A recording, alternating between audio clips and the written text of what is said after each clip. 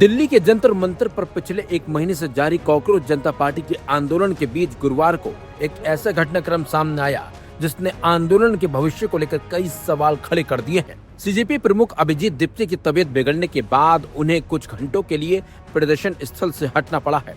दीप्ते ने खुद social media पर जानकारी देते हुए बताया कि उन्हें बुखार है, शरीर में तेज दर्द और पिछले कुछ दिनों से वह पेन किलर के सहारे आंदोलन को संभाल रहे थे। 20 जून से लगातार जंतर मंतर पर मौजूद अभिजीत दीप्ते आंदोलन का चेहरा बने हुए हैं। अमेरिका से भारत आने के बाद से ही उन्होंने आंदोलन की कमान संभाली और तब से लेकर अब तक उन्हें शायद ही आराम का मौका मिला हो। दिन रात समर्थकों से मुलाकात, आंदोलन की रणनीति तय करना, अलग अलग राजनीतिक नेताओं से संपर्क, मीडिया से बातचीत और प्रशासन के साथ संवाद, इन सब ने उनके ऊपर भारी शारीरिक और मानसिक दबाव डाला है। बीते कुछ दिनों में उनकी सेहत लगातार गिरती हुई दिखाई दी है। मंगलवार रात उन्हें उल्टी करते हुए देखा गया था और मंच पर उन्हें चक्कर भी आया था। सीजीपी के प्रवक्ता आशुतोष रांका ने उस समय फूड पॉइजनिंग की आशंका जताई थी। उन्होंने ये भी कहा था कि दीप्ते के खान पान पर विशेष ध्यान देने की जरूरत है और यह भी आशंका जताई कि उन्हें जानबूझकर खराब भोजन दिया जा सकता है। हालांकि इस दावे की कोई आधिकारिक पुष्टि नहीं हुई है। इससे पहले अभिजीत दीप्ते ने सोनम वांगचुक को जंतर मंतर से हटाए जाने के विरोध में भूख हड़ताल भी शुरू कर दी थी। हालांकि माइग्रेन की समस्या का हवाला देते हुए उन्होंने 2 दिन बाद अपना अनशन खत्म कर दिया था। अब सवाल उठ रहा है कि अगर दीप्ते को लंबे समय तक आराम की जरूरत पड़ती है तो क्या सीजीपी का आंदोलन कमजोर पड़ जाएगा? राजनीतिक विश्लेषकों का मानना है कि किसी भी जन आंदोलन की सबसे बड़ी परीक्षा तब होती है जब वह अपने चेहरे या नेता से आगे बढ़कर एक संगठन के रूप में खड़ा हो। सीजीपी का आंदोलन फिलहाल काफी हद तक अभिजीत दीप्ते के नेतृत्व और उनकी व्यक्तिगत लोकप्रियता पर निर्भर दिखाई देता है। ऐसे में उनकी अनुपस्थिति का असर आंदोलन की गति और समर्थकों के उत्साह पर पड़ सकता है। हालांकि दूसरी तरफ ये भी सच है कि पिछले एक महीने में सीजीपी ने एक समर्पित समर्थक वर्ग तैयार किया है। यदि संगठन के अन्य नेता और कार्यकर्ता आंदोलन को उसी ऊर्जा के साथ आगे बढ़ाते हैं तो दीप्ते की अस्थायी अनुपस्थिति आंदोलन को पूरी तरह प्रभावित नहीं करेगी, बल्कि ये संगठन की मजबूती की परीक्षा साबित हो सकती है। फिलहाल अभिजीत दीप्ते ने समर्थकों को आश्वस्त किया है कि वे आराम के बाद जल्द ही प्रदर्शन स्थल पर लौटेंगे, लेकिन उनकी बिगड़ती सेहत ने संकेत जरूर दे दिया है कि लंबे आंदोलनों में नेतृत्व के साथ साथ संगठनात्मक ढांचे का मजबूत होना भी उतना ही जरूरी होता है। आने वाले दिनों में यह साफ हो जाएगा कि सीजीपी का आंदोलन सिर्फ अभिजीत दीप्ते के दम पर खड़ा है या फिर यह एक व्यापक जन आंदोलन का रूप ले चुका है।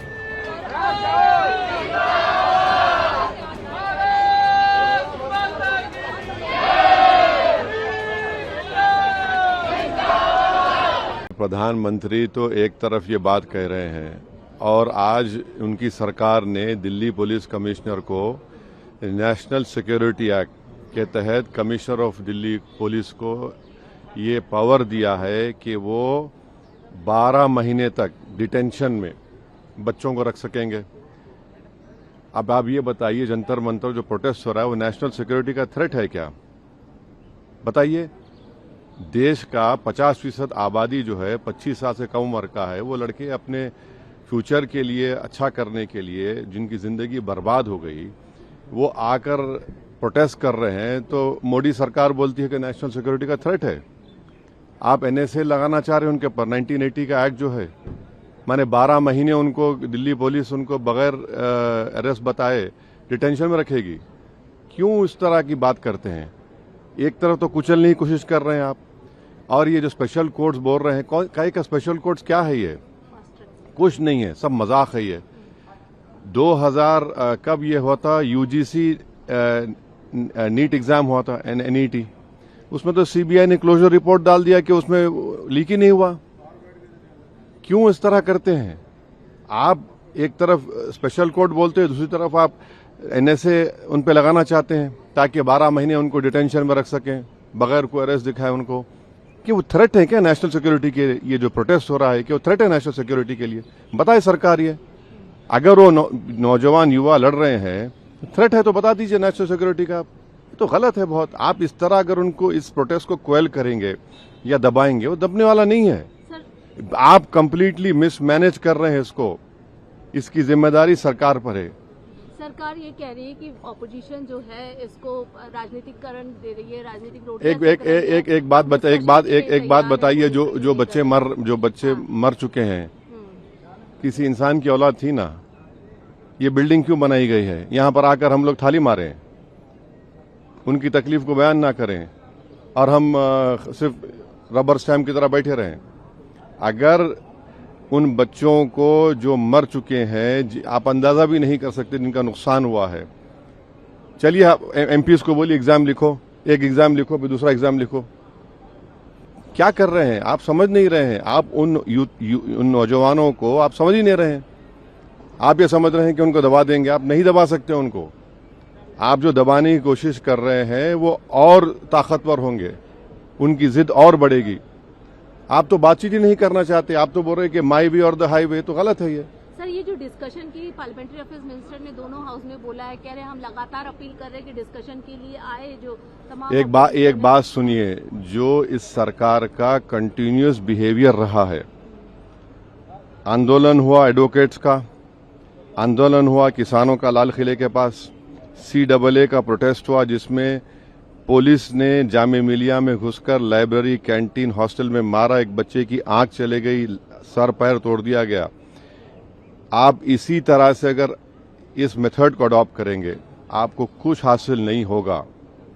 बल्कि जनता में ये बात जा रही है कि रोड पर निकलने से ये बीजेपी सरकार डरती है, पार्लियामेंट में डिबेट से नहीं डरती है वो। ये परसेप्शन को अगर सरकार को तोड़ना है, क्योंकि अगर हम इलेक्टेड रिप्रेजेंटेटिव हैं और जनता ये समझ रही है कि रोड पे निकलेंगे तभी ये सरकार झुकेगी, ये हमारे बात को मानेगी, ये किसी के लिए अच्छा नहीं है। ये सरकार को अपना एक ओपिनियन चेंज करना पड़ेगा, अपना तरीका चेंज करना पड़ेगा। आप हाई कौन सा ग्राउंड है आपका? हम तो जनता के नुमाइंदे हैं ना। ये अगर तैयार होते तो उसी दिन, जिस दिन हमने डिमांड किया उसी दिन चर्चा शुरू होती थी। फिर वो क्यों तैयार नहीं हुए? 2 दिन, दूसरे दिन भी नहीं हो, तीसरे दिन तुमने लाठी चार्ज करके, लोगों को मार के, बच्चों को तबाह करके, और उनके जो आज लाखों बच्चे परेशान हैं, उनके कितने करोड़ों रुपए उनके माँ बाप के गए।